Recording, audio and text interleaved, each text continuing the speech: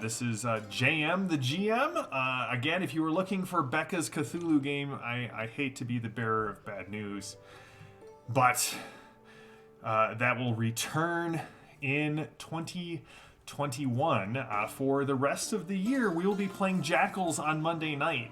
Jackals is, as you can tell from the screen below, a Bronze Age fantasy role-playing game being put out by Osprey Games in February of 2021 and written by, well, me. I'm very excited to be able to share this with everyone. I'm very excited that I have such a great cast of players to join me with, join me in showing how the game works, how the world is, and thank you to Becca, who is joining the ranks of the chat moderation tonight. I do appreciate it.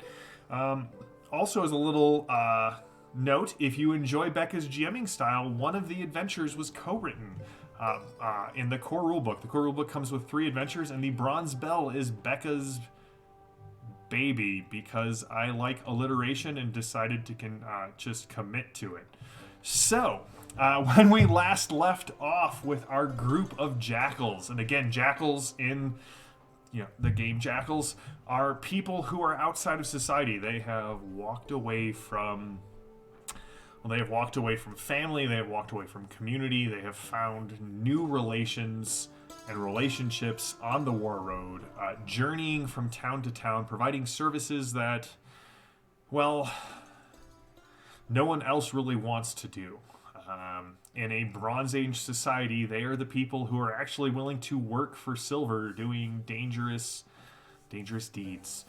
So our group was in the city of Amina Nawani. Whoops. That did not work out the way I wanted it to. They were in the city of Amina Nawani, and which is one of the major corner cities or anchor points of the War Road. The northern edge of the War Road is sort of controlled, under the dominion of the Sars, the chieftains of Amina Nawani. And they were approached by a Hashir, a lore master of the Luwathi people known as Hana.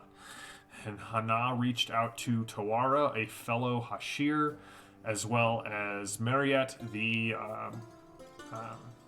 only civilized one in the group, as we established last week, and Tala'at, the Trauj from across the mountains, and Mykonos, the Malconi philosopher, played by John Hurt, played by Rook, and Maddie is playing Famia, the Kahar of Alwayd, a priestess of the god of the Luwathi people, as well as Louis Vuitton, the other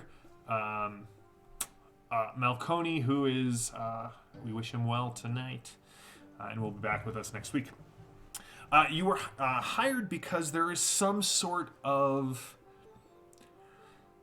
issue going on in the town of Betel, where her sister Zora and her husband Abir and their 3 children currently reside, and she's very concerned for them. And the Tsar doesn't really care, and the Scriptorium, for some reason, has definitely put a kibosh on anyone heading out there to investigate from the city. So, with no other recourse, she turned to our intrepid Jackals. And after doing a bunch of research into Mina Nawani, talking with some Gare merchants, promises were made in exchange for bows. Trauj warriors were interrogated. Beer was partaken of, and you guys headed out onto the war road. So we ended last session with a series of travel checks. That's sort of how Jackals kind of handles the fact that, right, in a Bronze Age society, the reason that we inhabit villages and towns and cities is because travel is so dangerous. Most people just don't leave their homes, and so traveling along the war road is quite dangerous, even for Jackals such as yourself. So, as I said last week, we're going to start off again with another set of travel rules that will kind of bridge the gap between where you are at and where you are headed to the town of Betel. So if I could get you guys all off the bat. Now again, this is an easy travel road roll. I can speak. So you would be able to just very simply, you get to make this at plus 25 to your skill. Now again, Jackals is a game that uses a D100 system. If you are familiar at all with OpenQuest, this would help you kind of get a feel of exactly what is going on in the roles and in the system. So, did any of you fail the check? Oh no!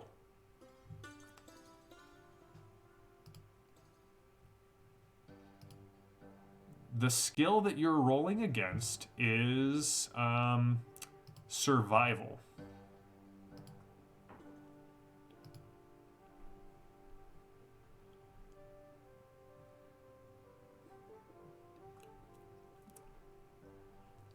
Is Becca mocking you in chat?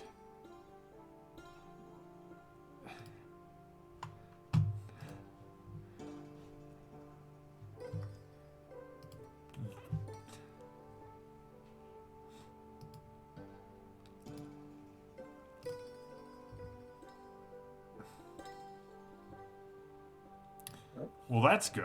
All right, so we had several failures. And we had, so who failed? Let's start there. Oh no, did anyone critically succeed? Because on a critical success, you kind of you're able to kind of help those who may struggle along the war road. So let's start there. Anybody get a critical success? Nope. All right. So for those who failed, you have two options. You can take the cost of the war road, like your medal score sort of represents your resolve, your stamina, your endurance. So with a failure on the coast, you would take 1 point of medal loss. Your other option is if you can convince me that your cultural virtue is a well you could dive into to sort of strengthen your resolve, you could take your failure to a success, but you only get to do that once a session.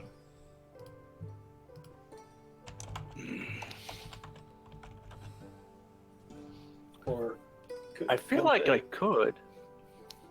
Couldn't they use a fate point as well to re-roll? You may also use a fate point to re-roll. That is correct, Evan. And you remember, you all got one. If you spent one last session, you get one back this session.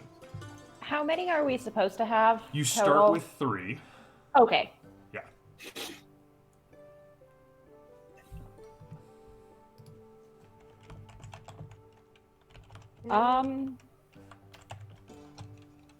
Okay. I will try to argue that my seeker of knowledge virtue helps with this, because I've done a lot of studying and finding out information, doing research. I've spent a lot of time traveling as well. So I would try to argue that my knowledge of this region and that my knowledge of the world around me is enough that I shouldn't have failed. I feel like that is a very good and solid use of your cultural virtue. So I'm going to allow you to use that, and so you don't take the medal loss. You successfully. Okay. Yeah, I think I'll do mine as well. So, my cultural virtue is the unmoved soul, which Micah knows has been alive for a very long time. You know, he's been 75 years in this world is ancient. It is. By most standards. The fact that he's in any condition to travel at all is amazing. And of course, once you've seen it all, the rest of it is just, I'm here again. Here I go, living, continuing to exist. Yeah, you just kind of sort of abide as you move through the world. I will allow it. now I gotta do Jeff Bridges? Jeez, man. I'm telling you, I'm sorry. I'm gonna just you're gonna need like 90 different accents by the end of this three-part adventure. Jenny, are you going to take the metal loss, or are you going to push through? I'll take the loss. I might want to push through later. All right. Well, the next 2 days go by again pretty quickly and easily. You're traveling along the coastal plains, the sea to your south, the plains that kind of stretch up into eastern Melkone, ahead of you to the northwest, and you can see the terrain starts to break up, and you can start to see the cliffs starting to pull away from the sea. And you know that Betel, from everything you have heard, sits on the edge of a seaside cliff. However, up ahead... Oh, yes, Evan. Oh, well, I mean, since my fellow country person warned me of the dangers on the road, Yes. I am ever on the alert for the Takan, particularly the Norakan that she warned would boil up out of sand or ambush us from around the corner, and I'm ready to put an arrow through anyone that sticks its snout out. Well, then why don't you go ahead and give me a perception check? All right.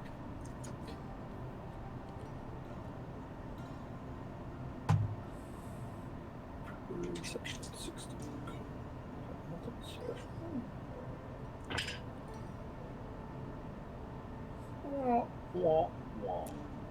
I would like to use a big point because after my declaration of hypervigilance, the fact that I rolled a 67 out of 60 is just kind of sad. All right, that's bad. That's a 29. That would be a success. All right. So Tala'at, from the height of your Troush horse, you were the first one to see it. A wagon on the sea road, and there is a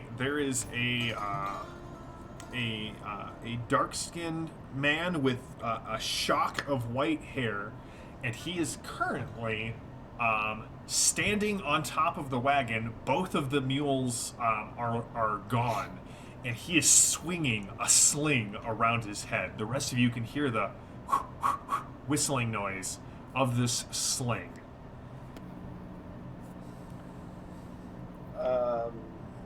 Is there a target? Not that you can see. However, with a 29, you notice several suspicious mounds in the sand around this person. Beware, the Takan are here. And I will knock an arrow to my bow and urge my horse forward until I can see a target, and then I'm going to kill it. Because All the right. Takan must die. What do the rest of you do? You know, he has a very good idea. If they die first, then we get to live. It is true. Simple math, simple math. And I will take out my lovely self bow bought for me by Mariette and follow suit. Only not quite as good on the horse, and just pretty much go, you know what? I'm sorry, pony.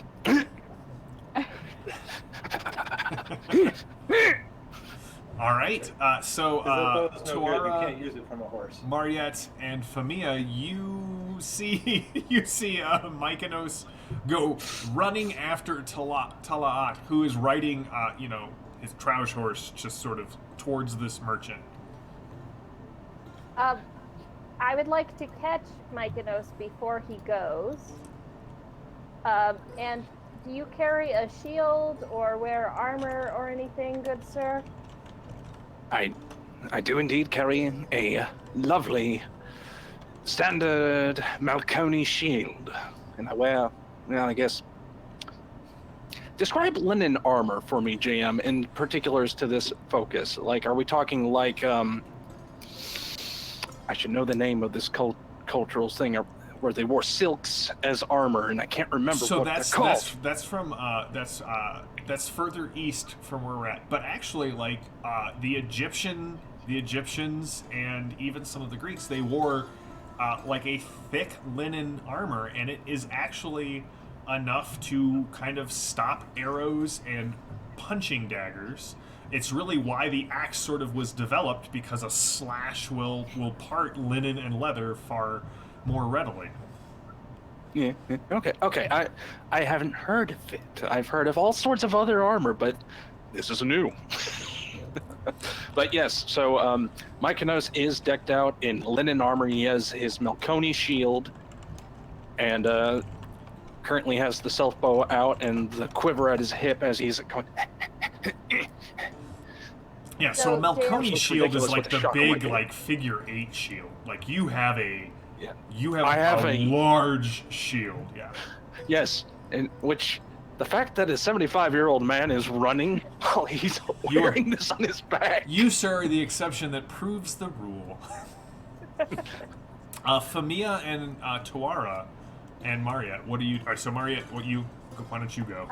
I was wondering if it was possible to imbue his shield with protection, because I have that imbue lesser elements, right? Since he is, the old one and therefore the most likely to die first. How long does it take to imbue your shield? Imbue lesser elements. I don't see how long it takes. No, all right. So you may take this first. You may so you're gonna need to spend 8 of your devotion points. Yes. And reduce your max by 2. So in Jackals, we measure a person's connection with their supernatural patron, their god, whatever law or spirit they serve, by devotion points. And devotion points come back every day. So you have a finite number to use each day, but when new day dawns, you get them back. Now with the Hekis rites, because you are enhancing Mykonos' shield, your maximum also gets reduced, because basically you're imbuing some of your spiritual essence into his shield, and that means as long as you're imbuing that right, you don't have access to 2 of your devotion points. So why don't you go ahead and give me an imbue lesser elements, and let's see if this works. Okay. And yes, in the chat, Mark pointed out, Bronze Age slings are no joke. You may have images of like David and Goliath, where David pulls this tiny little sling stone from the river. No, these were like fist-sized balls that they could throw at a like level trajectory, hundreds of yards. What'd you get, Mariette? I got a 22. That is a critical success. Now, on a critical success on an imbue lesser elements right, it only you only have a reserve cost of 1, so you don't have to worry. I mean, you can leave that up as long as you wish. Okay. Thank you. All right, Toara, what are you doing? And then we'll end with Famia, and then we'll see what happens when Talaat, who is definitely in the lead, gets there. Yeah, I am. As soon as I see Talaat take off on his horse, I will, just pull out my spear, because I'm a closer range fighter, and head off after him. All right. And Famia. First, did Talat point out these mountains? Can we see them from where we are? And did you point them out, Talaat? And Evan is right. It is the linothorax armor. I couldn't remember the lino part. Like, thorax doesn't sound right. That just means chest armor. Did you yell out? He did. He yelled out Takan, beware, as he went charging in. Okay. And then my next question is, would my staff sling reach? Oh, yeah. Okay. Then I will attempt to use that, and that's ranged combat. That would be ranged combat. All right, so we're gonna drop. I'm gonna describe what's coming up as Talaat gets there. Talaat, as you get up there, you see this guy. Where? Thigh biters everywhere! And as you kind of, in response to the, the thundering hooves, or maybe because they were lying in wait for whoever would come to aid this person. There is erupting from these mounds. There are 8 Noricon, which look like this. And let me share that with my chat, or with my. There we go. That is what you see pop out of the ground. Now, Noricon are sort of the runts of the Takan bloodline. Small and foul, they multiply in the warrens that they dig. They have definitely have rodent-like features. They rarely wear anything more than, a loincloth or maybe a scrap of leather. And often attack with weapons made of bone and stone. And these ones have bone daggers, and you can the Melkoni refer to them as thigh biters because that's really about where they reach. Also, you all kind of know that the mouths of these particular Takan are just foul, and they carry all sorts of diseases not fit for the cultures of the War Road. So we're going to drop into combat. Now, this is our first Jackals combat, and I'm very excited about it. So we're going to just walk through all the steps real slow. Usually, by about combat 2 or 3, it all makes sense. But there's a little bit of, for me, I find joy in the way the mechanics work. So the first thing we're going to do is we're going to do what's called set Valor Points. Now, Valor is a blank on your character sheet, but it is not filled right now because it changes from combat to combat. Think of this as your fighting spirit. This is, I guess the closest analog would be this is sort of what is normally represented by hit points in F20 games, right? Like painful bruises, near misses, lucky turns of the blade, that sort of thing. So the way you calculate Valor at the start of a fight is, if you'll notice on your character sheet, you have 3 rows of wounds, and sort of it says, hey, this is Valor times 1, or metal times 1, metal times 2, metal times 3. You're all unwounded, so just multiply your current metal by 3, and that sets your Valor points. Now, the thing about Valor is it comes back quickly. As long as you have about 5 minutes to catch a breath, have an inspirational speech, have a little bit of a meal, your Valor comes back. Once your Valor goes away and you start taking wounds, not only do wounds say, well, now your Valor's only times 2 or times 1, but wounds means scars, so just be careful. Jackals can leave the game in sort of 3 ways. It's just death is always an option. But you could become so scarred that you make the decision, okay, my character has enough trophies or memories from the War Road that I'm going to choose to retire. You can also, in Jackals, just retire a character, and there are actually benefits to choosing to retire a character over having to retire a character or have to make a new character because, someone dies. Looking right at Rama. I know you're watching, Pekka. So that's the first thing. We set Valor points. So does everyone set their Valor points? All right, awesome. Then there would be an ambush check. Don't worry about that. Obviously, clearly this is not an ambush. So now we're going to roll for initiative. And if you look on your character sheet, your initiative is a D6, basically plus your deafness. Deafness is a characteristic in the game. It's listed on your character sheet on the right-hand side. So everyone go ahead and roll initiative.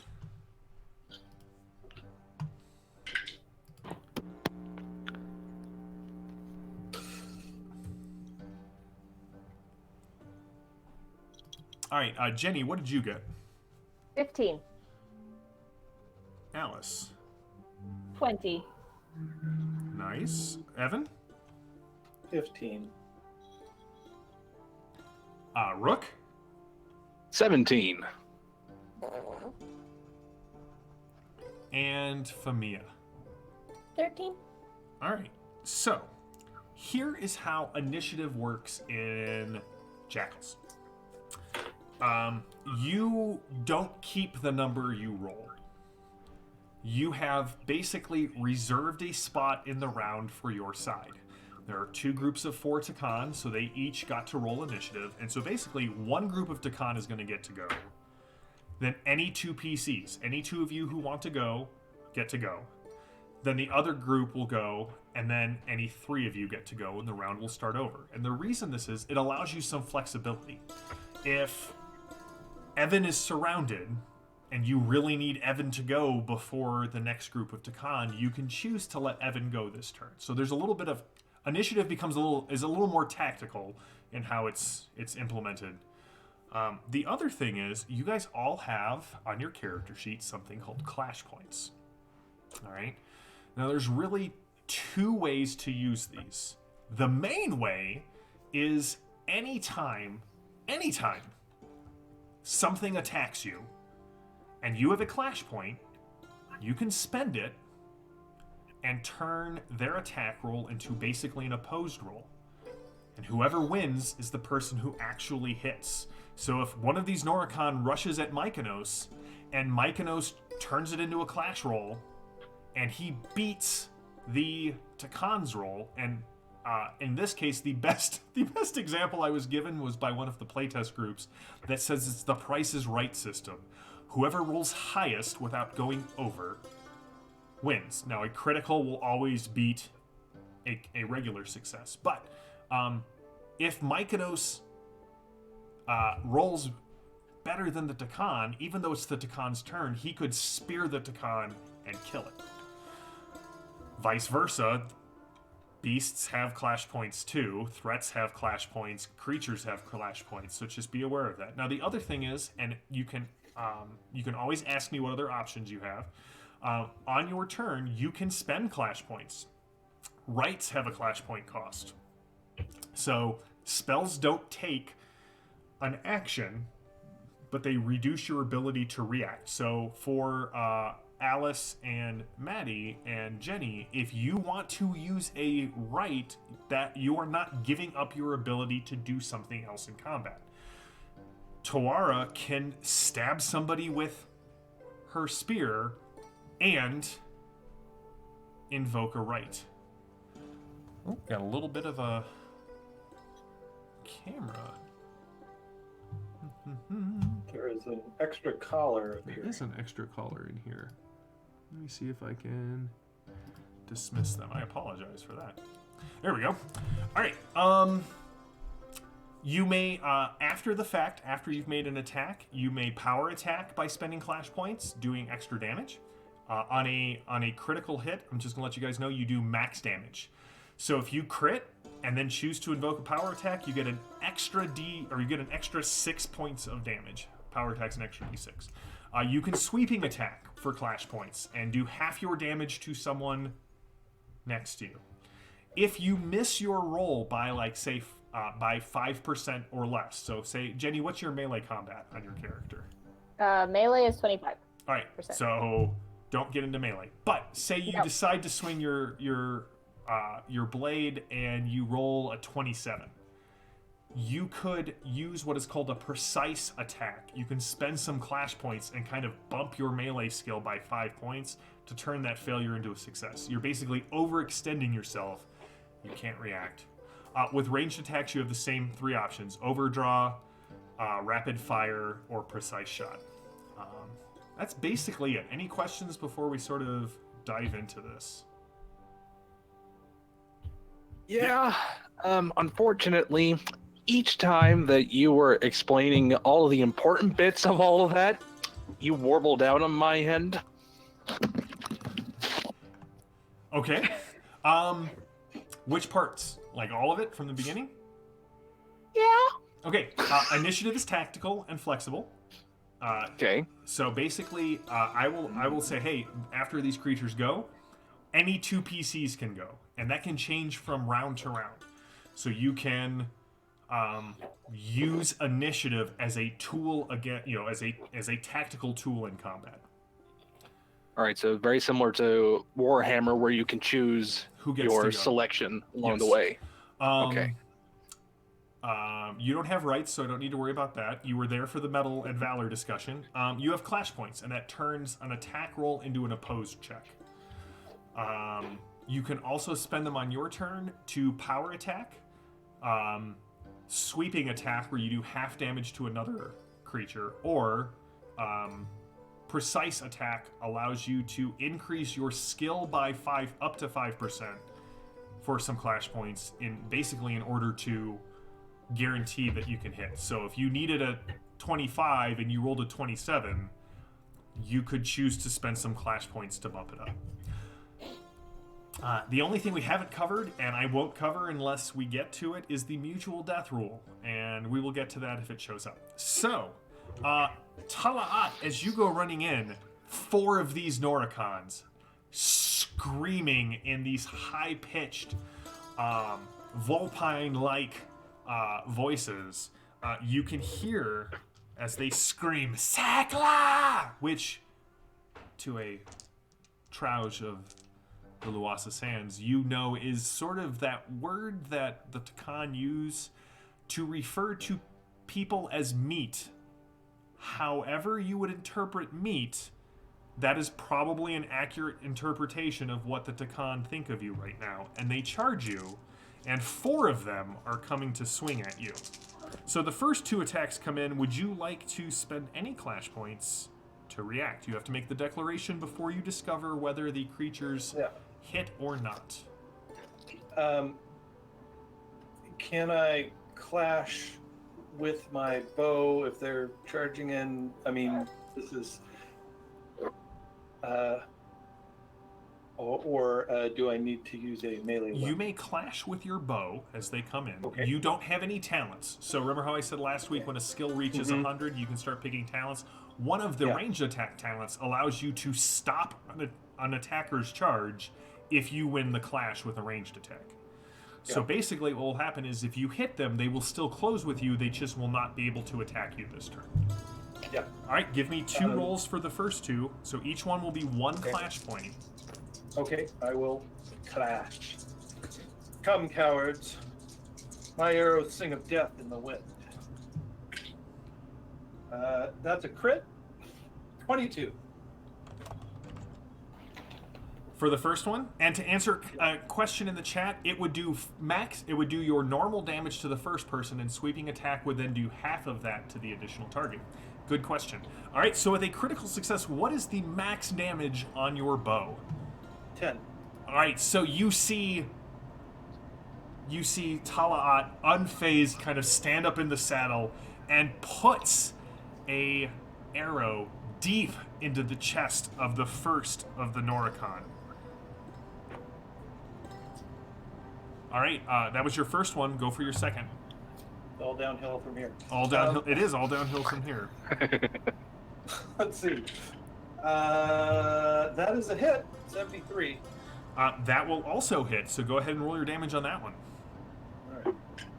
Now, you may not take any of those 3 actions I told you unless they're your turn, so you cannot power attack on a clash.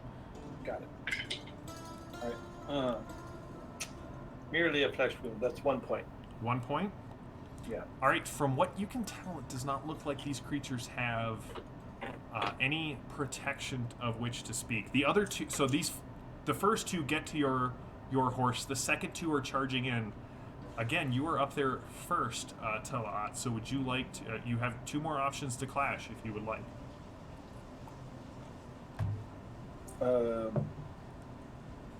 Yeah. I mean that will burn the other 2 of my clash points this round. But, all right. Yeah. I mean, if they're coming into my horse, no, die. They do not like you. I do not like them. You are basically like you're rays. the Bronze Age equivalent of a Big Mac because it's like meat and then meat.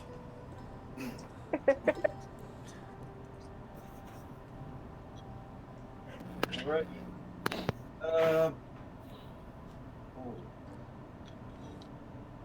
What'd you get? That would be a fumble. I rolled a 77. Okay, and then your last one. Go ahead.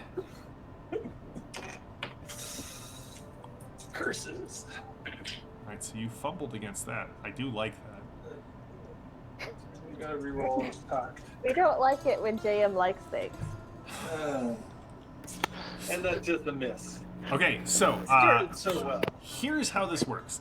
The first one comes up, and with a filthy bite, you sort of like really lean into it. So, Evan, what is Tala'at's protection? 2 points from leather armor. All right, so instead of taking the max damage because you fumbled, you will only take 10 points. Your protection, it would be 12. Your protection will take 2, so it comes off Valor. However, I do need you to make an endurance check because, as I said, these creatures have very infectious bites. Fair. That's fair. Let's see. Endurance. Okay.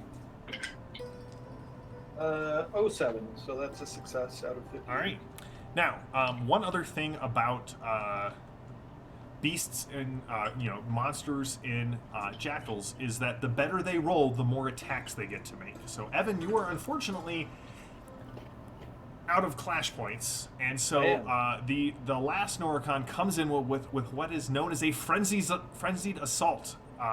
It misses with its second bite, but it does hit you with its claws. Now, please reduce this by 2 per.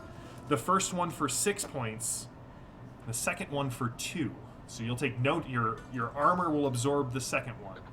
Now, any 2 of you get to go, but if I may make a suggestion, Evan should be one of them because he is out of clash points, and that is always an awful place to be as a jackal on the war road.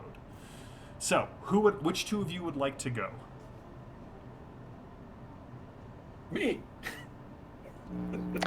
Yeah, him. All right, Why I'm so pointing it there. I Evan should will be the pointing first. string-wise. Since Mykonos was so quick, and since nobody else is saying anything, Mykonos would like to help him out by trying to pick a few off from where he is outside of this melee. All right. So let's have Tala'at go, then Mykonos, and then the second group of Noricon, and then the trio of Mariette, Toara, and Famia. So Tala'at, take us away. Yeah. So, I mean, typically the Trows would, ride through and, turn around and do a Trow shot, back. The parting shot, yes. And parting shot, and then wheel about and shoot them coming through. But how would that work in Jackals? And can I do it? Yes, you may. What you would basically do is, if you would like to try and break from this combat, you will give me a ride roll. Okay.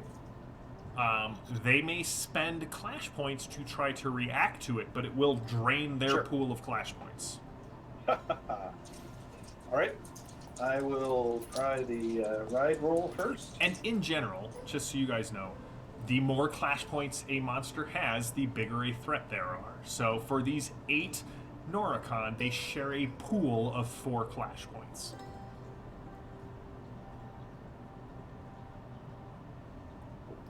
What'd you get, Tala'at? Oh, I'm sorry. I just realized that I did my rolls slightly wrong, but that's okay. That's on me. But I get to roll an extra 1s die when range combat while on horseback, which might have saved me from my fumble. But, It might have. Next time around. All right. All right. Anyway, I succeed with a 31 on my ride out of 75. All right. I'm going to say that 2 of them are willing to try to hit you. Now, basically, I need a 32 or higher to hit you. You basically set the difficulty for me to... and I fail. Okay. So, you see, Talat, what's your horse's name again? My horse's name is Amar. Amar rears mightily and leaps over the head of these beasts. As he takes Talat next to the merchant's wagon, Talat, you want to turn back and give a parting shot, you said. I do indeed. All right, go for it.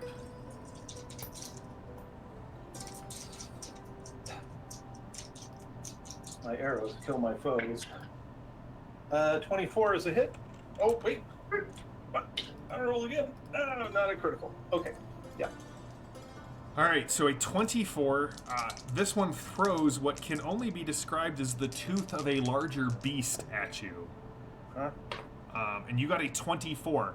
So it got a 57, which means it exceeded yours and still succeeded. Still succeeded. Okay. As your arrow goes flying by, you get hit in the face with this tooth for 4 points of damage. In the face. So that's before armor? That is before armor. I am not going to try and keep track of everyone's protection. And Totally fair. now, Mykonos, speaking of protection, your shield seems both lighter and somehow stronger to you thanks to the rites of Mariette, and so its protection is increased by 1. I got a little bit of feedback from you, Mykonos. I'm sorry. There we go. No, that's fine. All right, what are you doing, sir? You just saw your Trouge put 2 arrows into 2 of these creatures, do this magnificent leap, and then get hit in the face with a sharp tooth. You should try to avoid it next time. And then he's going to take out his bow, and he's going to show that he didn't get old for nothing here. All right. So let me ask you a question, Mykonos. Are you trying to hit the one that Tala'at critted on, or one of the other ones in that group? He's actually... Let's see here. How is the one that was critted moving? Is it looking like it's managing still, or... The one that was critted, you can see that every time it snarls in a breath, it then coughs up a bit of blood that's kind of caking its lower jaw. Okay, not concerned with that one. I'm going to try and go for basically making Nordic expressions here, putting arrows in these. That Takan used to be a jackal just like you. Then it took it down to the knee. To the knee. All right, So I'm give gonna me your try. attack roll. All right, and I would, for a precise shot. So you get to decide that after you see whether you succeed or fail. So Okay. go ahead and roll, and then you can spend clash points afterwards. Okay. There's such a finite resource that it became pretty evident that it's far more fun for players to be able to spend after the fact than to lose them before the fact. So. Well, I'm certainly glad that I didn't do it, because that's a 10. That's a good hit. Yes. He's not. I've only got 1 clash point left in this group, and I think I'm going to save it. So go ahead and give me your damage roll. Oh, hello, D12. My old Die friend. that loves me so. My old friend indeed. But not with a damn 2. All right, so your arrow strikes next to the Trouge's arrow, causing a second one of them a not insignificant amount of pain. However, the second group kind of turns towards you, Mykonos. 2 of them rush towards you, and 2 of them rush towards Mariette, because she said she was kind of like trying to imbue your shield as you moved up. So, Mykonos, the first attack is coming towards you. Would you like to spend a clash point to defend against it? You know what? They're there. Why not use them? That's right. There's no good reason not to. Plus, gotta show off my old man skills. That's right. All right, so the first attack, this creature comes in with both of its claws trying to lash out at you. So make your melee attack or your ranged attack against the first attack as it comes rushing in at you. My ranged one? Yep. Okay. Alright. That is a 55. Well, that is a crit, and therefore stops everything that I'm doing. And you have a D12 for damage. Yeah. All right. So let me just ask you a quick question, Mykonos. What does it look like when you drop this Takan as it comes running at you? As it's running at Mykonos, Mykonos is kind of doing pulling more movie references and more older actors. Ian McShane Okay. in Yeah. Hercules with the whole just standing there in the middle of this. So this one's just coming and he's just sitting there, and all of a sudden he just All right. lets loose and just straight through the skull. All right. The second one, not even hesitating, just kind of uses its kinmate's falling body and leaps at you. I'm gonna need another clash point spend. With pleasure. And I'm rolling again for this one? Yep. Or is this... No, oh, you'll okay. you'll roll for each of these. Yeah. Okay. Ooh, boy. Nah, it wouldn't even matter. Nope. All right. That's fail. So it lands next to you, and it hits you with its first claw, reaching out for 7 points of damage. Now, don't forget to take all of your protection off that. All right, well... However, because it hit with its first attack, it is going to swing at you and miss. So we're good. Maria, 2 of them are coming at you. What are you going to do? Oh yeah, I'll clash. That's fine. Against both of them? Sure. All right, go ahead. Let's do the first one first. And this is with my bow. This would be, yes. Okay. A 33. It's a glory be all over again. So what is the max damage on your bow, Mariette? I have 2d6 on my bow. So that would be a 12. total of 12. On a critical success, you do max damage. What does it look like? As he kind of runs towards me, I look to make sure Mykonos is okay. And I see what Mykonos did with just getting his one right through the gizzard. So there we go. I'll do the same thing. All right. However, the second one, as you drop, you see it kind of spins in the sand and kicks up a big cloud of sand right near you, and it comes darting in. What do you do? Okay, I'll try again. That's cocked. That one was a fail. Okay, well, mine was a 44. So the Ow. first claw just kind of rips deep into your side for 8 points of damage, and it turns around, and you have a bow out, so you can't clash against a melee, after the first one. And it's a 6. Oh, nerds. It's a 66, which is a failure for me. It's a critical failure. So it rakes its claws up your armor, and you can just see one of them bends back and just like rips free.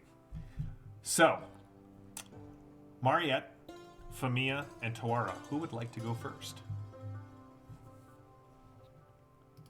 I'll go ahead and go, and I was going to go running off after Talaat, but I think I'll stick.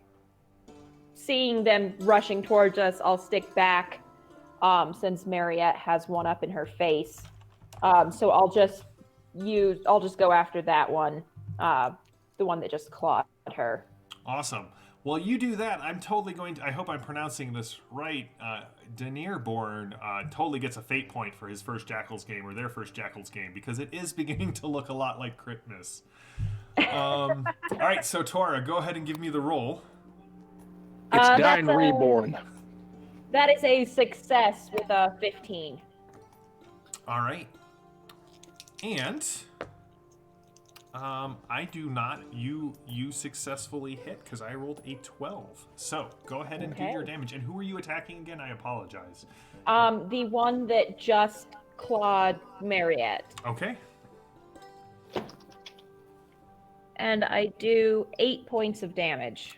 Excellent. Now, this is a D100 game, so if you guys have a damage bonus listed above your weapons, you get to add that in addition to whatever you do for melee attacks. So, Tawara, one other thing, if you are at all interested, you could spend clash points if you want to roll an extra d6 of damage with a power attack. Sure, I'll roll a third d6 Right, and so spend the that point. will be 2 clash points to increase the damage by a d6. Okay. All right, I will spend go for that. it. I increase it by 6. Well, what does that look like then? I think as it kind of claws at Mariette and one of the claws gets bent back, Tuara just kind of spins around and just sticks the spear through its back, rips it out, and whacks it over the head with the haft of it. All right. Mariette, you or Famia are up. You see Tuara just come in and end the life of the one that just left that gash in your side. What do you guys want to do? I'm content to let Maddie go first. Okay, I will attempt to use my staff sling. So there's the one on Mariette. Is there one on So there's one on Mykonos, and the other 4 are unengaged. Okay. How's the one on Mariette looking versus the one on Mykonos? The one on Mariette is dead. Tuara okay. just killed it. Perfect.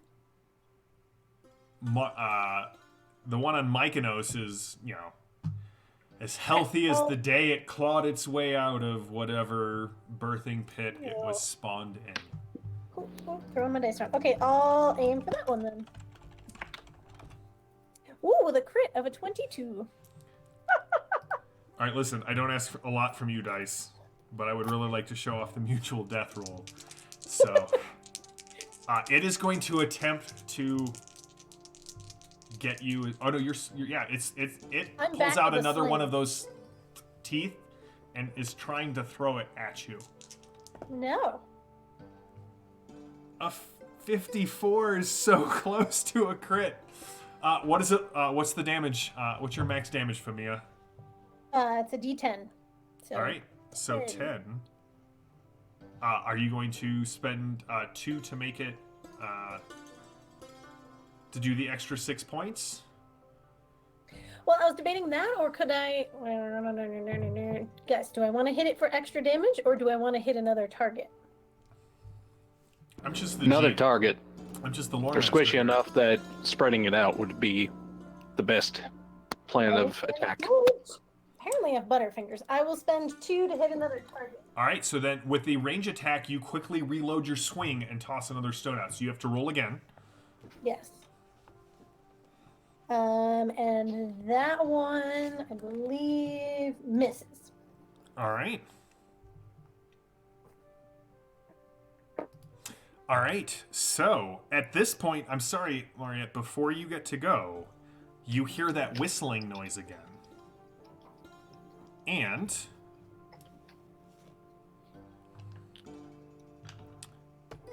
the merchant who is standing on the back of his wagon says, "By the 8!" and casts the stone at the already wounded Noricon that Talat hit, and you see that fist-sized stone just crush its skull, and it falls to the ground. It is now your turn. Great. So, have they all been killed now? No, Is that the last one? there is still the one on Mykonos, and then there are the Okay. 3 from the initial group. Oh, those are different groups. Gotcha. Okay. Well, I will go ahead and hit the one on Mykonos, hopefully. Ooh. No, I do not hit that one. All right, and I'm going to spend my last clash point for this group to try and hit you with a tooth. Okay. I hit with a 2 because you missed, and so all I had for 5 points of damage. But that you take off. You do take your protection off of that. All right, so back at the top of the round, the Noricon recover their clash points. And that other group is going to go. Two of them come charging at Talaat. Talaat, you have your clash points back because you took a turn after spending all of them, correct? All right. First one hits. Or sorry, are you reacting to the first one? I am reacting. All right, this one's coming. It's snarling. You can see chunks of rotted meat in its teeth. Tell me what you get. Very good. I get 75. Was that a success? That's a success. That's just a success. Well, that beats my 7. So what's the damage that you hit the first one? Yep. That's 7 points. All right.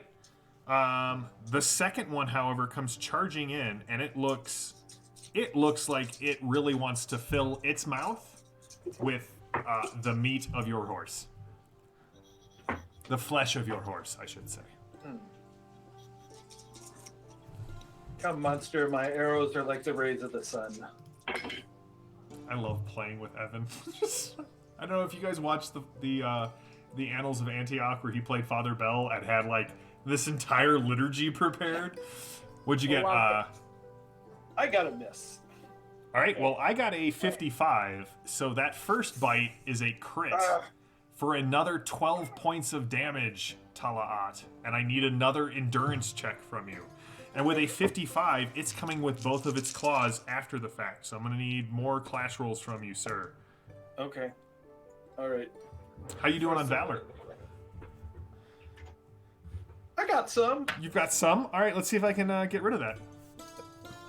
And I gotta do endurance, do I? Okay. I succeed my endurance. All right.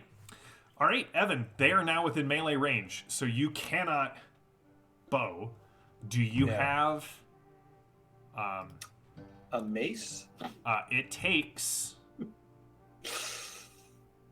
It takes 1 clash point to switch weapons. Okay.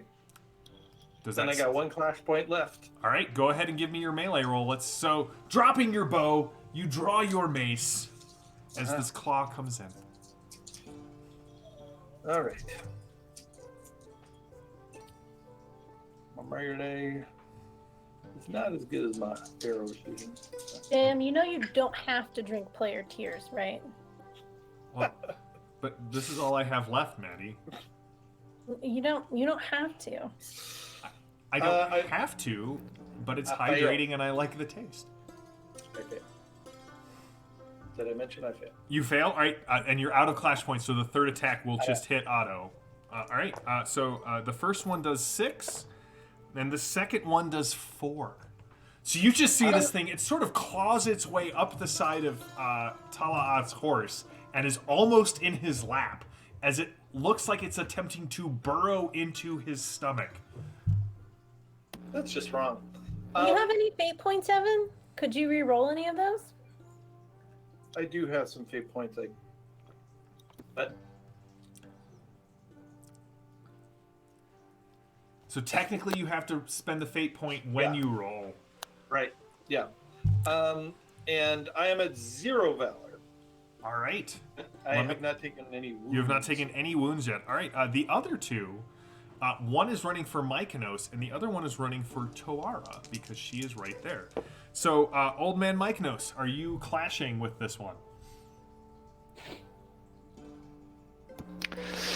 In the proverbial words of all that have said before me, screw it. All right, give me your roll, bud. Toara, are you clashing with your Noricon? Yeah. All right, go ahead and give me your melee roll.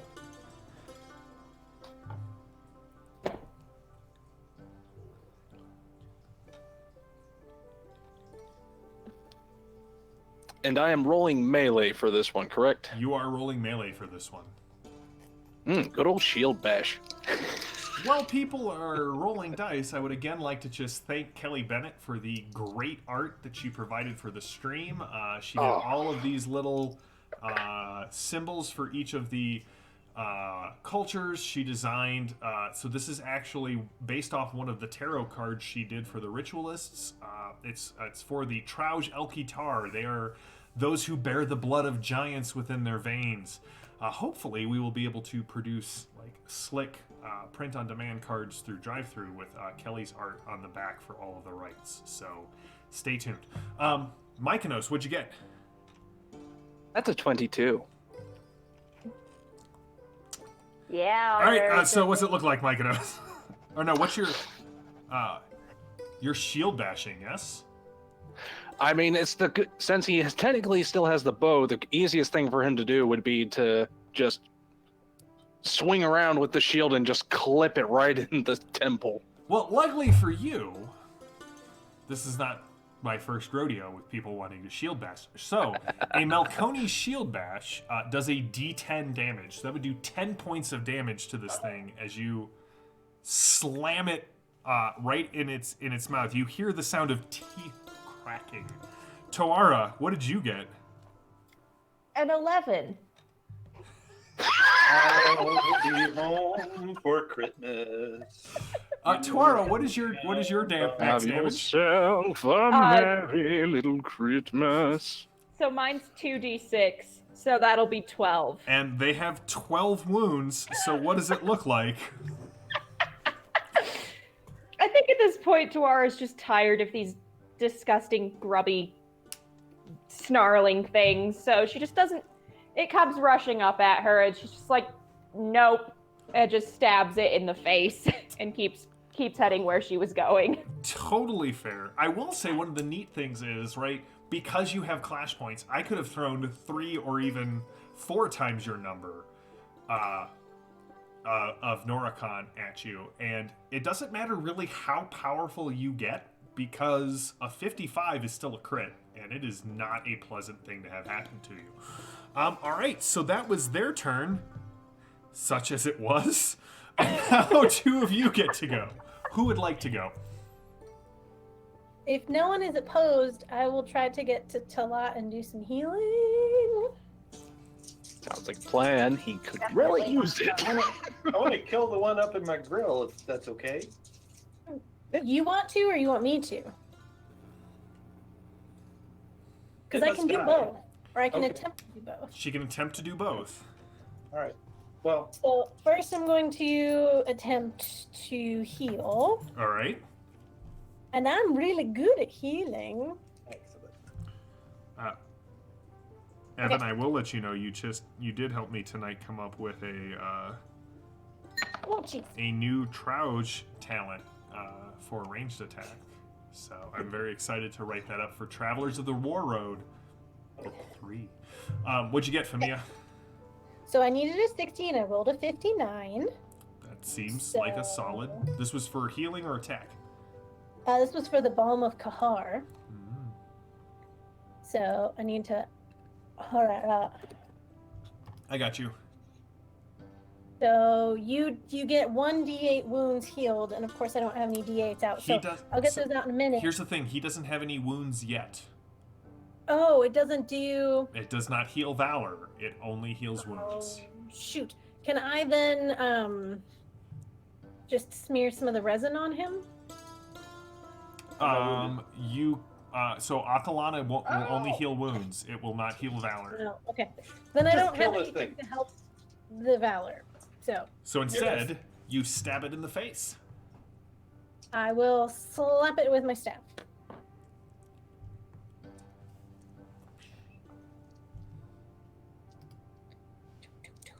This is melee. I will spend a fate point to reroll that.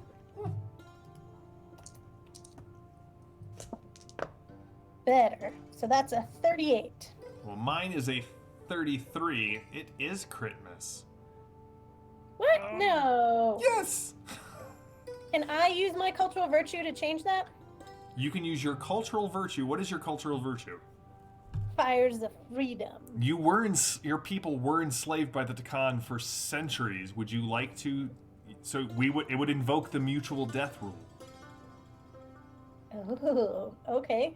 So in the rare case that this is also known as the Trisha rule, which is my wife's name, because the first time this happened, she was so upset at how the rules used to work that I was talked to for a half hour the following day and came up with this instead. So, Famia, what is the max damage on your weapon? 2d6. Okay, so you will do 12 points of damage to the Noricon.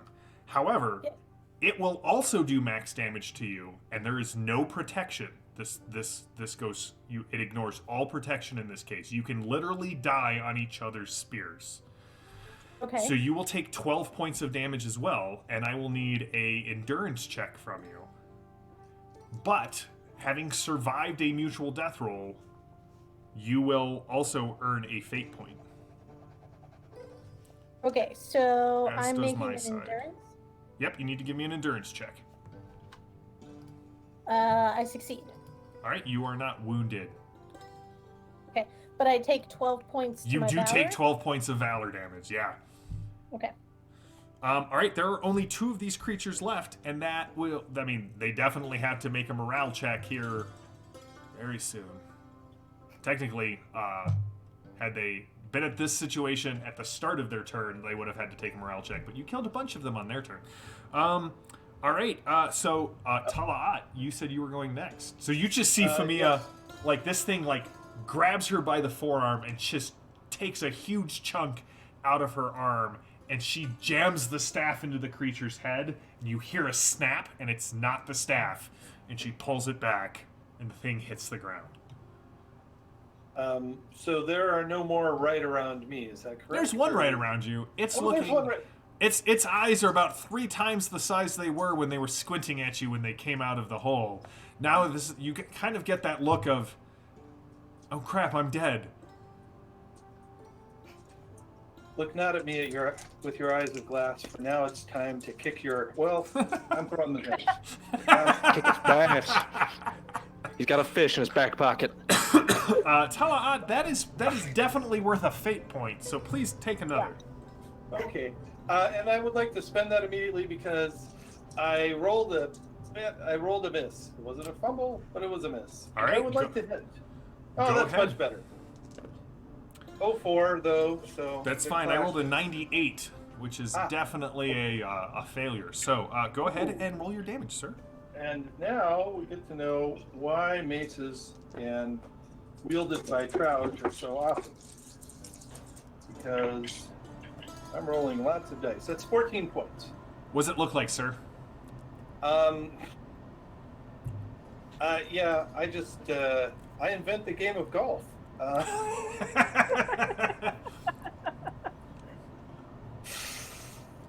All right, the last one critically succeeded on his morale check, which means it's too dumb to run, and instead charges Famia.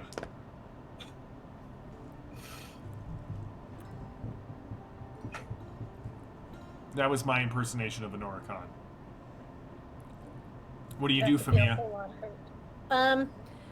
Are we allowed to respond with rights? You are not. I'll law his face. How far away is he? It's like, Okay, I'll use my staff sling. all right, So that's 1 or 2 clash points. a 1 clash point.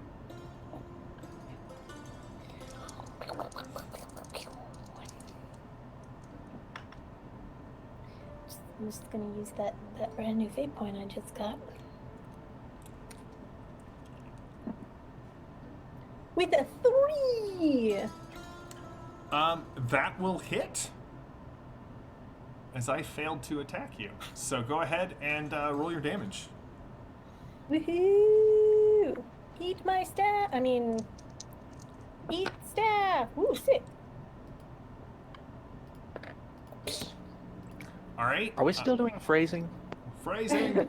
All right. As the last of these beasts falls to the ground, by the 8, I hate those things. And the merchant kind of gets down.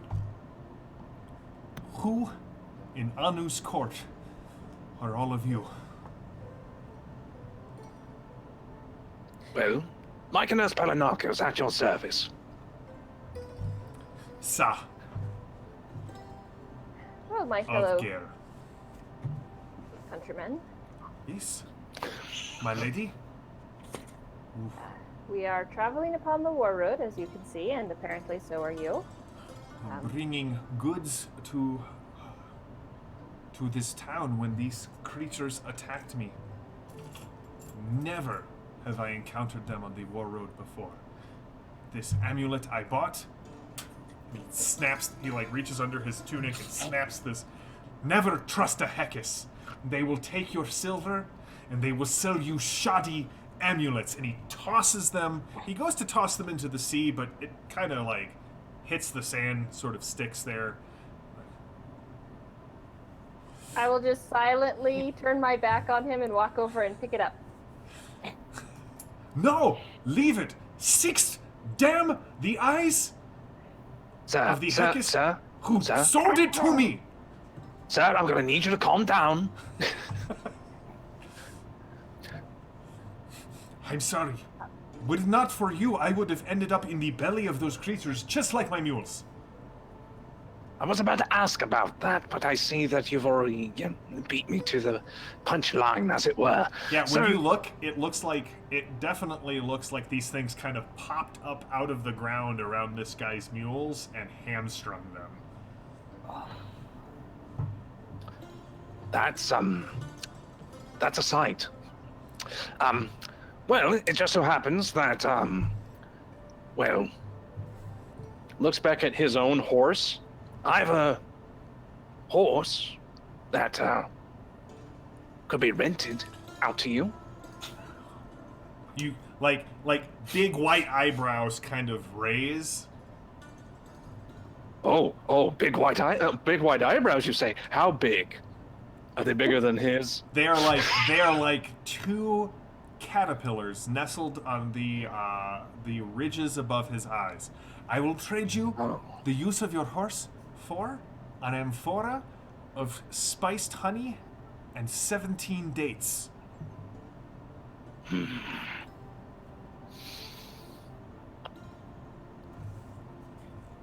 That is good, but you must know that he does not kiss until the 10th date.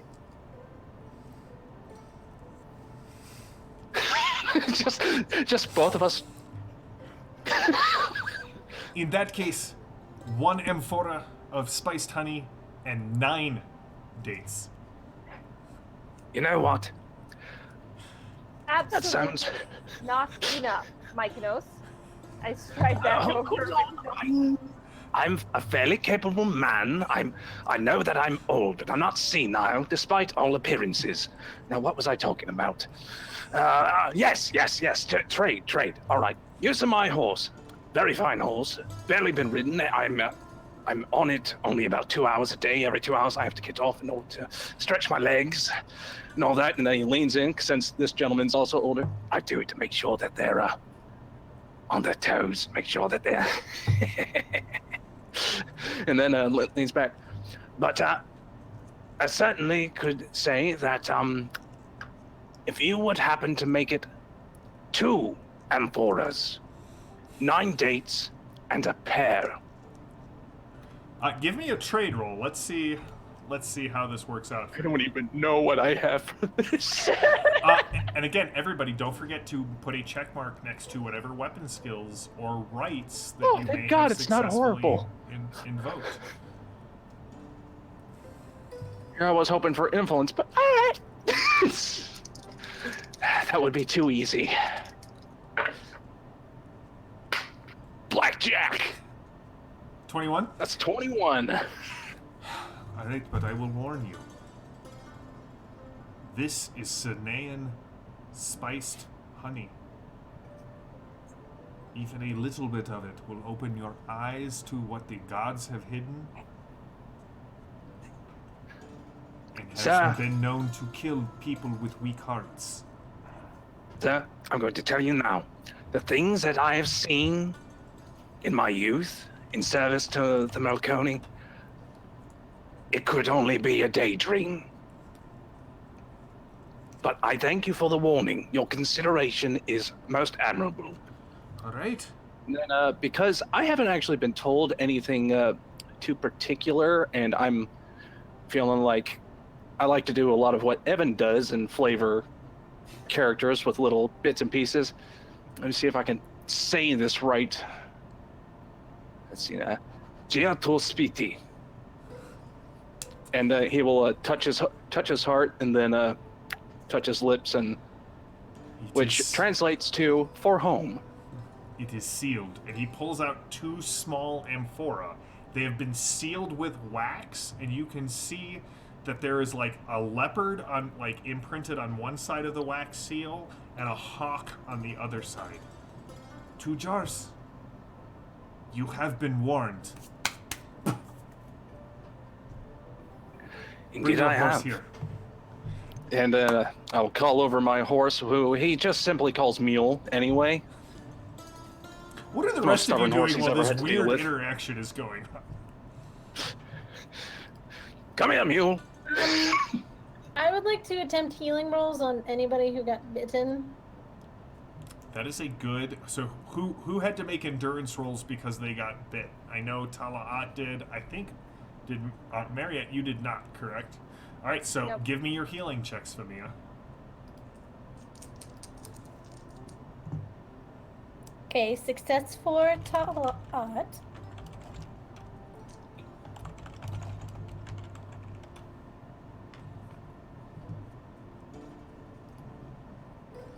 Not. I'm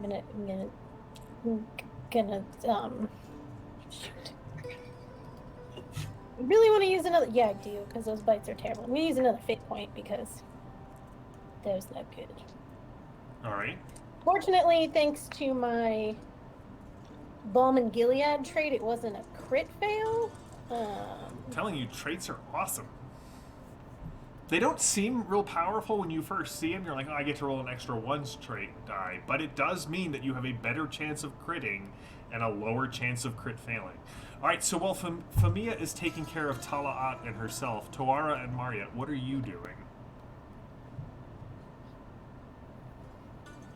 How close are we getting to the town that we're supposed to be? You'll reach it by going to? evening. You can see the town on the sea cliffs up ahead.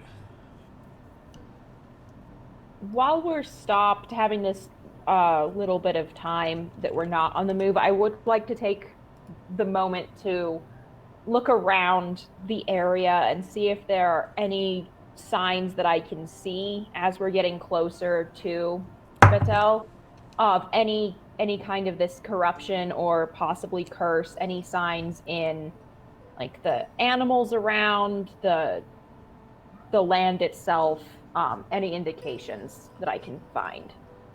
All right, why don't you give me a perception roll? Okay. This should be fun. Oh, actually, it's not that bad. Never mind. I succeed with a 60. All right, so you notice several things. You can see up ahead, in the distance. You can see there are herds, kind of of cattle at the base of the outside the town. They're kind of grazing in the areas. As you look around, you definitely see where some of those mounds have collapsed, and they sort of collapse in towards the land. You know that Norakan burrow, and so there's probably a warren somewhere in the plains outside of the town. But then, really strangely, you can see this cat on your you can see on the as you kind of look over the Futhia Sea to the south, you can see in the light of the afternoon, there's something in the water. There's something. It almost seems to catch the light, and it almost looks like it's on fire. in the water. Have I ever heard or read or seen anything like this before? Do I have any idea what could be causing this effect? Give me a lore check. Okay, hang on. I think I have a thing for this that I neglected to use last time. Hold on. Where is it? Where is it? Okay, this isn't history, is it? This is history. Okay, then I get a bonus dice. Okay. Lore. That's a success with a 33. Listen, if you guys have watched any of my tour games, you know that these things rarely go the way GMs plan. But next week, there is always next week. Oh, yes. I don't even have that good of a lore. I just that extra ones dice from my trade. Which helps, right? Yeah. Yeah. Yeah. All right, so you know there's only one thing that glows with that green light in the sun, and it is a stone known as Hestul. It was one of the primary like the Orsums that were left behind and re-inhabited by the Luwathi are made of this same green stone that sheds light like flame in sunlight.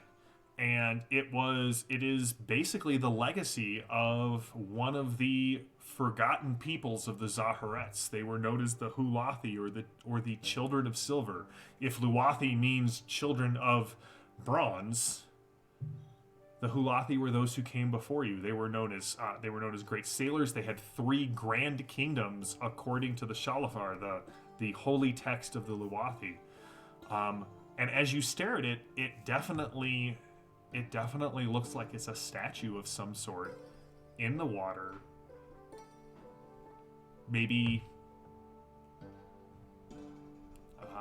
40 yards out, like right at the edge of where you can see where it kind of goes from that, like the shallows to the wine dark sea. So hadn't someone told us, or we'd heard a rumor about there being a temple under the water by the village? Am I remembering that correctly? You are. Okay, that's good to know. It's not just a crazy sailor's tale. It is not just a crazy sailor's tale. And Mariette, what are you doing? Well, I really want to pound this merchant dude. Because he's mean to Heka's people. But I've retrieved the amulet. You have. So I will just pocket that to check it out later. Okay. But once Mykonos is engaged in hooking up the horse and doing all that stuff, I'll just walk over and just gently pull the merchant aside and inform him that perhaps his amulet shouldn't be discarded so easily, since clearly we came and saved his bacon. So what the Hekkas really did was ensure that another Hekkas would find him. Is that what you say? That is exactly what I say.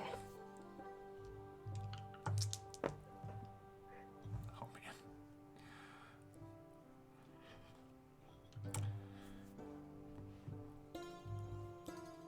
So, Mykonos, you have finished hooking up the horse. And as Mariette goes and says something to Sa, you don't really hear it, but you definitely see the eyebrows kind of, and his eyes grow wide, and he makes the sign of the 2 crescent moons, and just, I will meet you in Betel, Mykonos. You travel with those that are damned by the 8. Mykonos just kind of looks at her. He gets looks on, at him. He gets in his wagon, and it doesn't really go that fast because it's a pony pulling a heavily laden wagon through sand. But it does head purposefully away from Mariette. goes over and stands next to Mariette. You know, do you think he's gonna figure out that by breaking the little amulet that he's cursed himself for God knows how long? It seems, I mean, that seems like something that you would have contingencies for as a Heckus, yes? Well, I have contingencies, obviously. I don't know what my brothers and sisters do with their particular powers. I mean, I could cause him to die in his sleep tonight, but I will choose to let him live. It's all right. He looks to be older than me by at least 20 years. He'll croak sometime soon. It's just that, you know, the ridicule which we get is not pleasant, and I understand that many times it is given out by those of us who have some modicum of culture to those of you who do not. But we don't truly revile you, even in your barbarous ways. It's funny that you mention it in such a fashion. I believe that JM now knows what's about to happen. Because you have activated Philosophy card. I feel like Jenny knows what's about to happen. So, Mykonos goes, and he pulls out a dagger. And it's looks to be beat up and all that. It looks to be fairly old. This is a knife that my son gave to me after he was made a centurion. Or not centurion. Whatever the Greek equivalent of a centurion would be. But the idea being that when he got a rank. One thing that I can always say is that, do you ever look at a knife and simply think that it's just a knife? No. After all, a knife it's a cutting implement. Yes, this one in particular is meant to kill. However, it also can dig holes. It can be used to cut rope in order to make sure that things are right. It can be used as a wheel chock on the wagon, like I could have done to really frustrate him if I so decided. There is a number of uses for a knife. Now imagine that the rest of us are like knives. We have the outward appearance of a singular use, but of course, we still have more to us. After all, this knife has seen me through some hard times. Perhaps the idea of culture is a piece of fallacy that we create in order to feel like we can put the knives where they belong, rather than keeping a knife next to your shovel, next to your fork or your spoon, or next to your various paraphernalia, next to your quill, which it also can sharpen a quill, which is very useful. But the idea being that everybody is like a knife. We all have more than one use. And we cannot all be simply put and pegged into a singular culture. Because some of us do learn. I'm out here because I wanted to learn a little. I've learned a lot by traveling with you, with Talat, with Tuara, and Famia. And then he just kind of points back to our silent for this episode friend. Then there's that. Not our best representation of the Melkoni. So sorry, Phantom. I think that's rather harsh, Mykonos. I mean... No, don't get me wrong. He is a fine example of a soldier. But a soldier is but one piece of an entire whole. Without those that study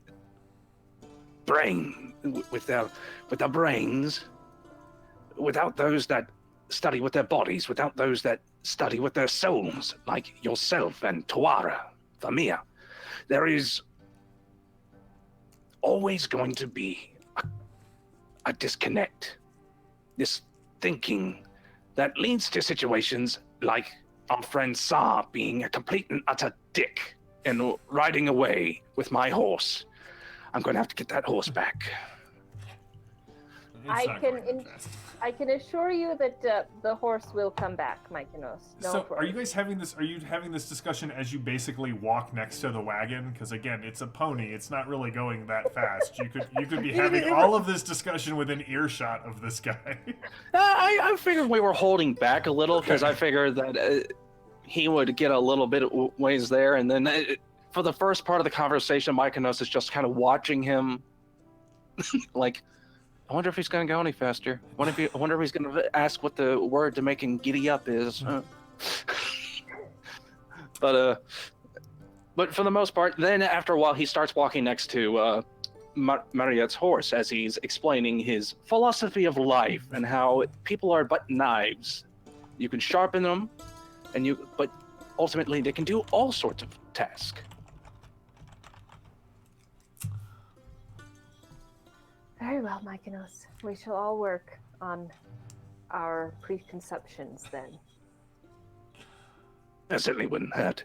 Though, I will say, I recently ran out of soap, and my friend back there is really rank. I picked up some soap at the same time as I picked up your bow, so I think we can. Oh, Lycos' trials be blessed by you. Oh. Now, just to bring up, so when Mykonos refers to Lycos' trials, the town of Crorila, the Melkoni colony, was founded by a demigod named Lycos, and he went through 7 trials to found the colony, and it is a very core belief and identity factor for those Melkoni here. So, is there anything else you guys wish to do on the road as you approach Betel? I'll definitely just share what I learned from observation and looking at the ocean, and let everyone else know that there is definitely something under the ocean, possibly a temple, as was reported to us in the city. All right. I will just make sure that the jars of honey remain sealed for the time being. Mykonos, you definitely get a fate point for that philosophical monologue. I enjoyed that quite a bit. Talaat and Famia, anything you would wish to do as you approach Betel?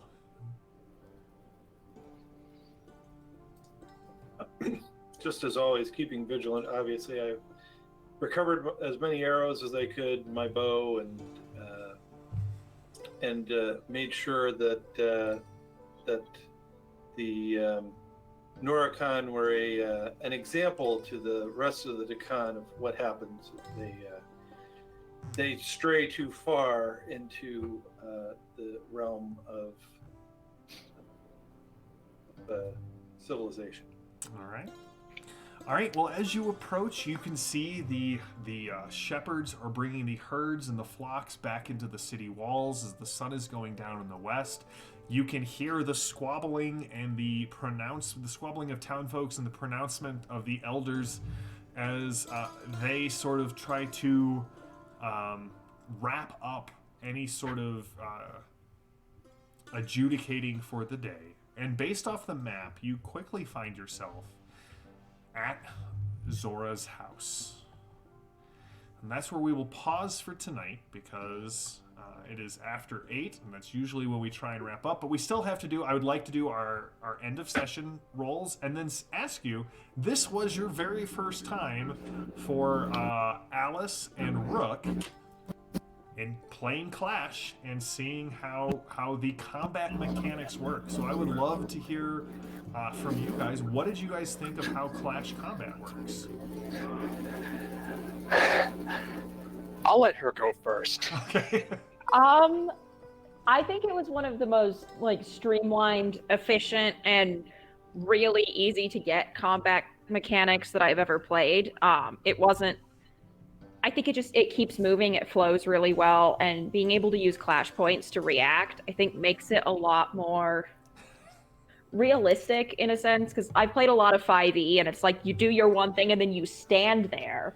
And if you've ever seen a fight, that's not how it works, like at all. And it kind of takes you out of the immersion of it. But being able to react in a limited capacity, having the limit of like maybe you have 5 clash points and like you can do 5 things, and then you're overwhelmed by the numbers, or you're overwhelmed by being tired, or you fumble something. I think it just makes it a lot more immersive and a lot more both involved and also streamlined, because then like the combat doesn't drag on for 3 hours as everybody takes their turn and it just keeps going around in a circle. It's a lot more dynamic. So honestly, I'd say it's one of my favorite combat dynamics that I've had to play. I'm reacting both as the GM and as the guy whose name is on. I appreciate that. Like that's, I mean, when I started writing this, I went back to reading the Iliad, and it never felt like it was like, and then Hector attacked, and Odysseus took it.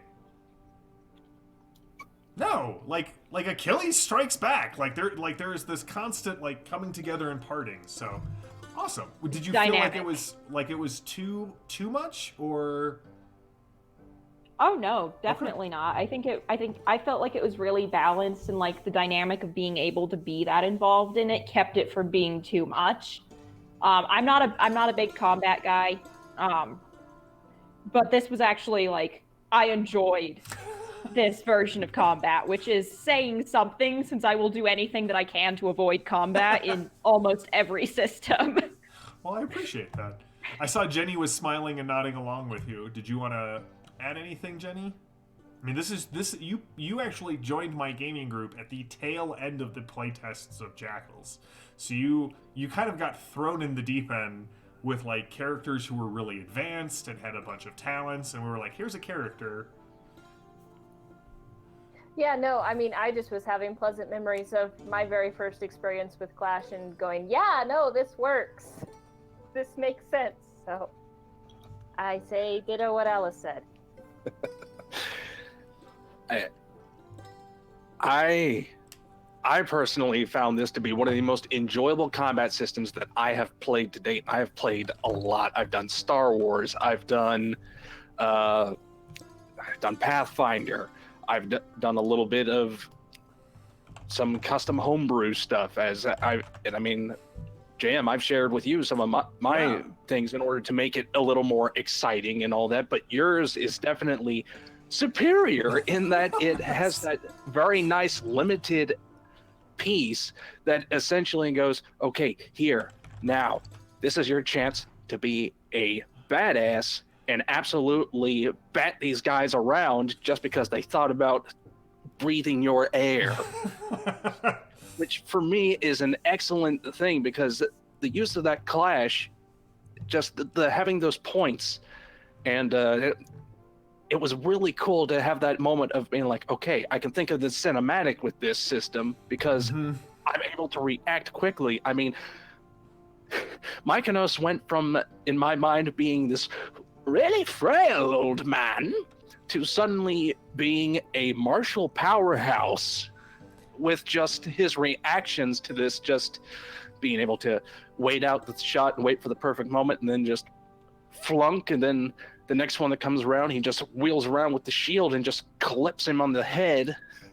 Just all of that together, plus how you have the initiative set up and included with that very unique, 2 people could choose when to go. It's not like things where I've seen how Warhammer goes and it's like you go, enemy goes, you go, another guy goes, enemy goes, yada yada yada down the line. No, in this case it's a very really nice clean thing where it's like, okay, decide among you who's going to go and why. Yeah. And why does it make sense to do it? And like when we were like, Talat definitely needs to get out of the murder pit. Yes, that's a lovely idea. So let's do that. And then anybody that can back him up, excellent. That is a really nice way to go about all of that thing. And it made combat definitely feel a little more can't find the words for it, and that's what really bugs me now. Because it's intense at the same time of being ease of use. And that's one of those things that is really hard to find with any combat system, because like Alice has said, a lot of people are not big on combat anymore. Most of the time, RP is the way to go for any group. But I've always been big on, if you can make it stylish, if you can make combat stylish, and if you can explain it well enough for your players, if you can give them the visuals that they need, because that's the problem with a lot of stuff. A lot of GMs, bless their hearts, they're crunching numbers. They have a lot on their plates anyway, and so combat becomes this small afterthought, and it really, a game can really suffer from that, because then when combat does happen, say D&D 5th edition, I have done almost anything under the sun to make combat more intuitive for my players. I've homebrewed my 5e game so much, I may as well just call it 13th Age Redux. That's right. Because of how many times I'm like, 13th Age got a good stuff going. It does. You know that I have, like... Oh, don't worry. Yeah. Don't worry. All I can say is we're all us. But it's just that whole... This has been one of the most interesting combat systems that I've come across. Just the method of Valor being a temporary hit point pool. I thought that was cool, because the wounds are what really come down to it in the thing. And so this is a way for everybody to have a buffer before they have to start actually worrying about the stuff. And it combining that with all the natures of damage and how crits are done just at complete maxed dice has always been one of those things that I'm like, okay, yeah, all right, that feels good. Awesome. Well, and I will say there as you guys get, like, as you play through Jackals, you start unlocking more uses for clash points. So like Mykonos, you could take a talent that allows you to react with your shield to something that targets a nearby ally, and actually like get that shield and like take hits for people around you. There are other uses if you fight something that has a massive pool of clash points. So like some of the larger Takan or Yamims, which are the children of Yam, they are multi-headed chaos dragons is sort of the easiest way to explain them. You can actually issue challenges and basically say, if you react to anyone but me, it costs you more clash points. So like you can start limiting opponents' use of clash points through heroic challenges. Now it does definitely mean that thing is gonna focus on you, so it may only buy a couple of rounds, but hopefully that's enough to... Hey, when you're playing the paladin... Evan and Maddie, did you have anything to add? Is there anything you would want to talk to the viewers about combat in Clash? You both have played a lot more Clash.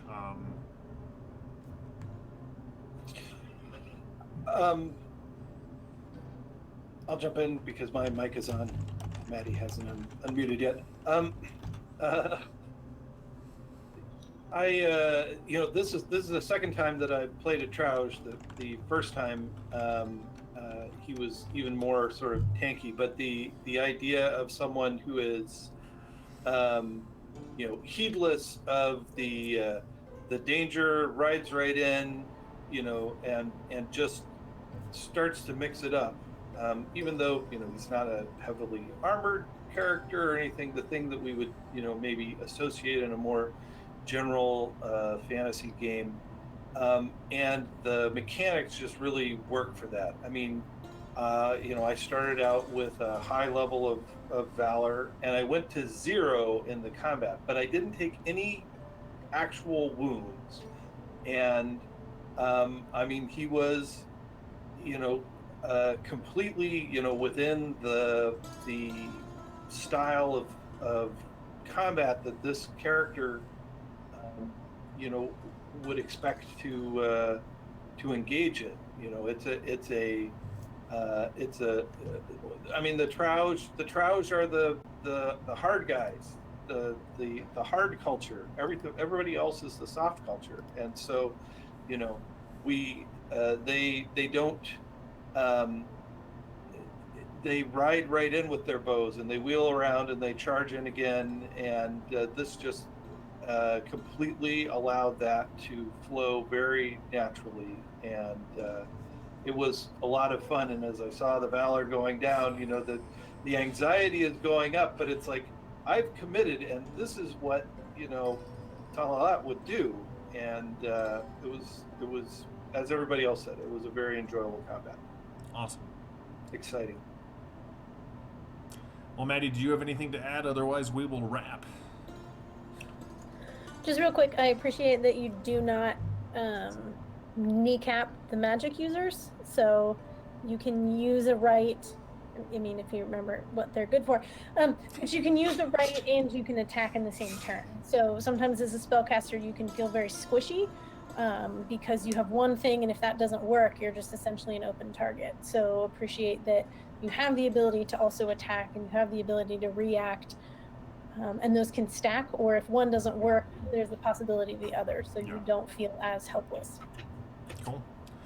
Well, thank you all for playing this. Like, seriously, as you may imagine, I really enjoy running this game. Thank you all for watching. We had a huge viewership. I really appreciate that. Just in case our producer didn't say this, I can't imagine that she didn't, because she is on top of everything. Jackals releases in February. It is available for pre-order at Bloomsbury, at Osprey Games, and at Amazon. There is a 14 adventure campaign coming out in May, which Evan just let me know is up with the cover art on Amazon as well, which is just mind-boggling to me. You can find that at Fall of the Children of Bronze on Amazon. There is check out all of our great shows. Like, I actually feel bad for running this on Monday nights because Becca is doing such an amazing job with the Horror on the Orient Express, a Call of Cthulhu 7th edition game. If you enjoy history or lore or Lovecraftian horror or just really good role-playing and really good jamming, check that out come the first Monday night in January of 2021. Josh runs his game It Gets Worse, our 5th edition game, on Friday nights. Jenny plays in that. And then we also, Iconic Production, we also run Ulysses International's streaming games. So you can find us on the Ulysses International channel on Tuesdays and Thursdays. I run Torg on Tuesday nights, which is, if you have never heard of it, it is a chocolate and peanut butter game where all of these different realities are invading Earth. It is a Earth if Die Hard was a documentary as opposed to a Christmas movie. That's right, it is a Christmas movie. And then all of these other cosms come in. So Maddie plays in that game with me. It's a lot of fun. Maddie is in both of our groups, both the B team and the Horsemen in that game. And then on Thursday nights, we run the Fading Suns game, which is essentially a science fantasy game set in a medieval setting 5,000 years in the future. Alice has joined our crew of the Oh Boy there. We are wrapping up. Space Pirates! Exactly. Right, what? It is everything I love about sci-fi. Just kind of stirred together.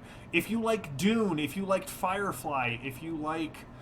I would even say there's a bit of Star Wars in it, but it is a very, like, medieval setting that just also happens to be, like, you know, have energy shields and blasters and starships that get frag grenade and almost dropped off a cliff. It's fine. Check out those shows, and we will be back next week with the third part of this adventure, known as the Evil Eye.